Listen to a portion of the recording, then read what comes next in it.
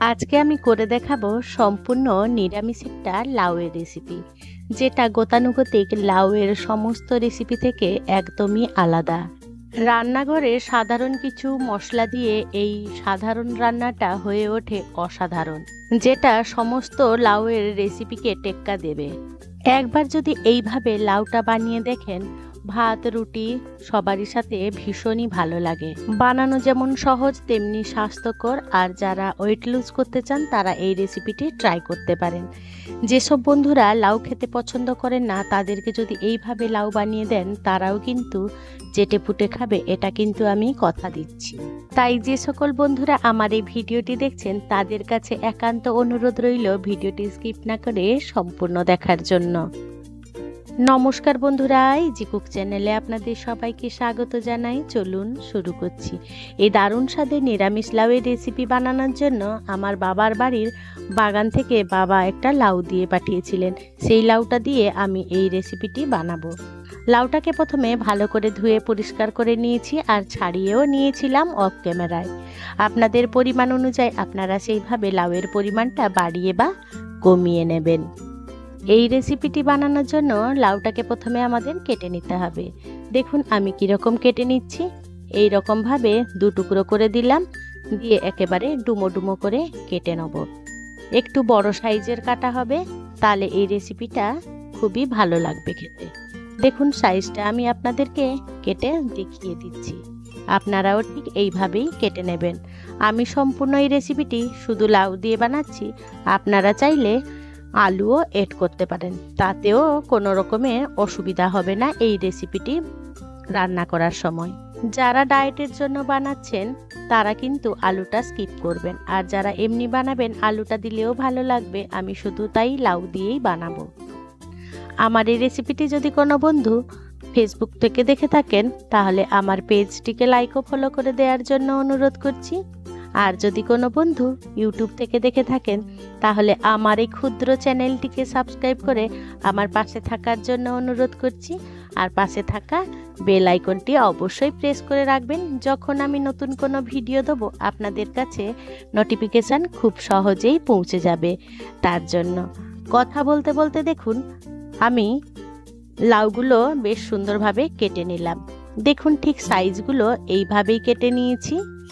বেশি বড়ও করবেন না আর বেশি মিহি করেও কাটবেন না, ঠিক এই সাইজে কেটে নিলে এই রেসিপিটি খেতে খুবই ভালো লাগবে।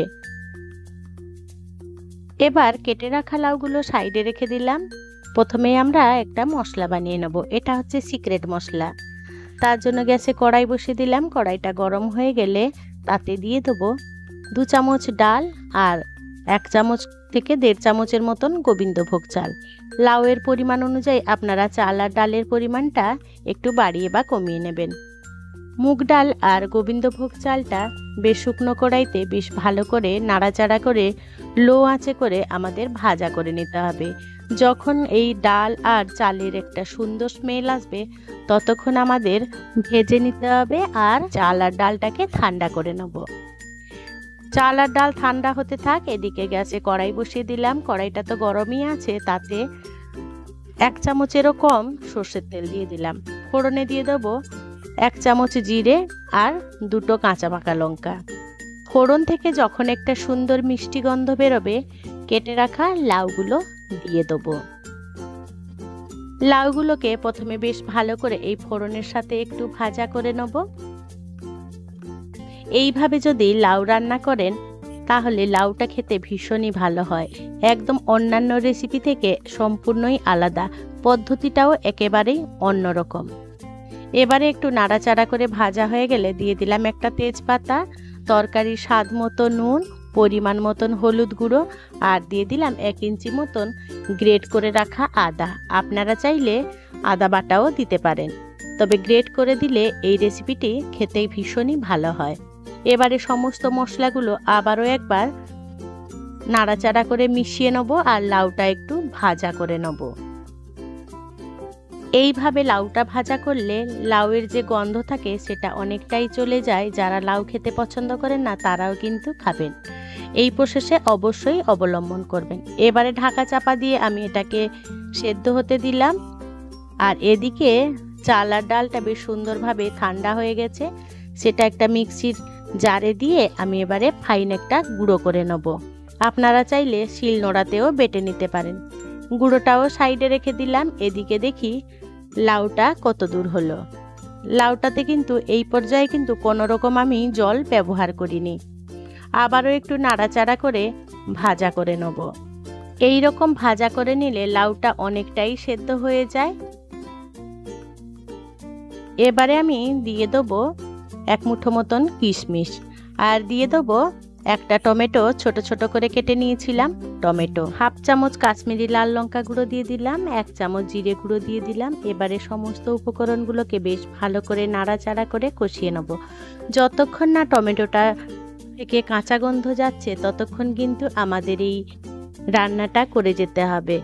টমেটোটা সেদ্ধ হওয়া পর্যন্ত কিন্তু সমানেই নাড়াচাড়া করতে হবে। এখানে কিন্তু গ্যাসের ফ্লেম লো টু মিডিয়াম আঁচে রেখে এই রান্নাটা করছি। বেশ ভালো করে টমেটোটা গলেও যাচ্ছে আর টমেটো থেকে কাঁচা গন্ধ চলে গেছে। এই পর্যায়ে আমরা দিয়ে দেবো ওই যে গুঁড়ো করে রেখেছিলাম চাল আর ডালটা, সেটা এবারে দিয়ে দেবো। দিয়ে আবারও লাউর সাথে কষিয়ে নেব। বন্ধুরা, আপনারা এইভাবে একবার লাউ রান্না করে দেখবেন। এই নতুন ধরনের লাউ রান্নাটা একবার শুধু করলেই আর এর সুগন্ধে পুরো বাড়িটা মমো করবে। এতটাই সুগন্ধ ছড়ায় যে আপনি এই শুধু লাউ দিয়ে ভাত রুটি একেবারেই খেয়ে নিতে পারেন, অনেকটা পরিমাণে বেশি। চাল আর ডাল যেহেতু আগে থেকে ভাজা আছে তাই বেশি ভাজার দরকার নেই, লাউয়ের সাথে মোটামুটি মিশে গেলেই হলো। এরপরে পরিমাণ মতন জল দিয়ে দেবো। আমি জল এড করে দিলাম প্রায় 2 কাপের মতন। এমনভাবে জল দিতে হবে যাতে লাউটা বেশ এই জলে সুন্দরভাবে সেদ্ধ হয়। এবারে সমস্ত উপকরণ বেশ ভালো করে নাড়াচাড়া করে মিশিয়ে দিলাম। এবারে ঢাকা চাপা দিয়ে যতক্ষণ না লাউ সেদ্ধ হচ্ছে ততক্ষণ কিন্তু রান্না করে নেব। কিন্তু বন্ধুরা, যেহেতু চাল ডাল দেয়া আছে তাই মাঝে মাঝে কিন্তু নাড়াচাড়া করে দেবেন, নয়তো কড়াইতে লেগে যাবে। কড়াইতে লেগে গেলে মোটেও খেতে ভালো লাগবে না, একটা বাজে গন্ধ আসবে। তার জন্য এই বিষয়ে খেয়াল রেখে কিন্তু এই রান্নাটা করতে হবে। আমিও 3-4 বার ঢাকা খুলে দিয়ে এরকম নাড়াচাড়া করে ঢাকা চাপা খুলে বন্ধ করে লাউ সেদ্ধ হওয়া পর্যন্ত রান্না করে নিয়েছিলাম। দেখুন, একদমে মিনিট 5-7 করে নিয়েছিলাম, তাতে লাউটা বেশ সুন্দরভাবে সেদ্ধ হয়ে গেছে। আর দেখুন গ্রেভিটাও এই রকমই থাকবে। এবারে দিয়ে দেবো তরকারি ব্যালেন্সের জন্য 1 চামচ মতন চিনি। যারা ডায়েট করছেন তারা কিন্তু চিনিটা স্কিপ করবেন। আর দিয়ে দেবো হাফ চামচের মতন গরম মশলা গুঁড়ো, আর দিয়ে দেবো 1 চামচ মতন ঘি। সমস্ত মশলাগুলো বেশ ভালো করে নাড়াচাড়া করে মিশিয়ে নেব। তবে বন্ধুরা, একটু গ্রেভি গ্রেভি থাকতে আপনারা নামিয়ে নেবেন। যেহেতু চাল ডাল দেয়া আছে তাই জলটা অনেকটাই শোক করে নেবে। বন্ধুরা, আজকে আমার এই রেসিপিটি আপনাদের কেমন লাগলো সেটা কিন্তু কমেন্টে জানাতে একেবারেই ভুলবেন না। যদি কোনো অংশে একটুও ভালো লেগে থাকে তাহলে ছোট্ট একটা লাইক করে দেবেন। আপনাদের এই ছোট্ট ছোট্ট লাইক আমাকে অনেক ইন্সপায়ার করে নিত্য নতুন রেসিপি বানানোর জন্য। আর যদি খুব বেশি ভালো লেগে থাকে তাহলে বন্ধু বান্ধব কিংবা প্রিয়জনদের সাথে শেয়ার করে তাদেরও দেখার সুযোগ করে দেবেন। আর বন্ধুরা, কমেন্ট বক্সের পাশে হাইপ অপশানটা আছে, আপনারা সেটা আমাকে দিতে একেবারেই ভুলবেন না। আপনাদের এই হাইপগুলো আমাকে অনেক অনেক দূর এগিয়ে যেতে সাহায্য করে। এবারে স্ট্যান্ডিং টাইমের মতন রেখে দিয়েছিলাম। দেখুন, গ্রেভিটা ঠিক এইভাবেই আমাদের থাকবে। বেশি ঝোলঝোলও ভালো লাগবে না, আবার বেশি শুকনোও ভালো লাগবে না। এইভাবে থাকলে আপনারা সেটা পরিবেশন করে নেবেন। আমি আমার মতন করে পরিবেশন করে নিলাম, আপনাদের পছন্দ মতন আপনারা সেইভাবে পরিবেশন করে নেবেন। দেখুন কতটা সুন্দর আর কতটা লোভনীয়। আর বন্ধুরা, আপনারা যদি এইভাবে একবার ট্রাই করেন তাহলে অবশ্যই আমাকে কমেন্টে জানিয়ে যাবেন যে আপনাদের কেমন লাগলো আজকের এই নিরামিষ দুর্দান্ত স্বাদের লাউয়ের রেসিপিটি। যে সকল বন্ধুরা আপনাদের মহামূল্যবান সময় দিয়ে আমার সাথে এতক্ষণ থাকলেন তাদেরকে জানাই অসংখ্য অসংখ্য ধন্যবাদ। আপনারা ভালো থাকবেন, সুস্থ থাকবেন। দেখা হবে পরের কোনো নিত্য নতুন রেসিপিতে।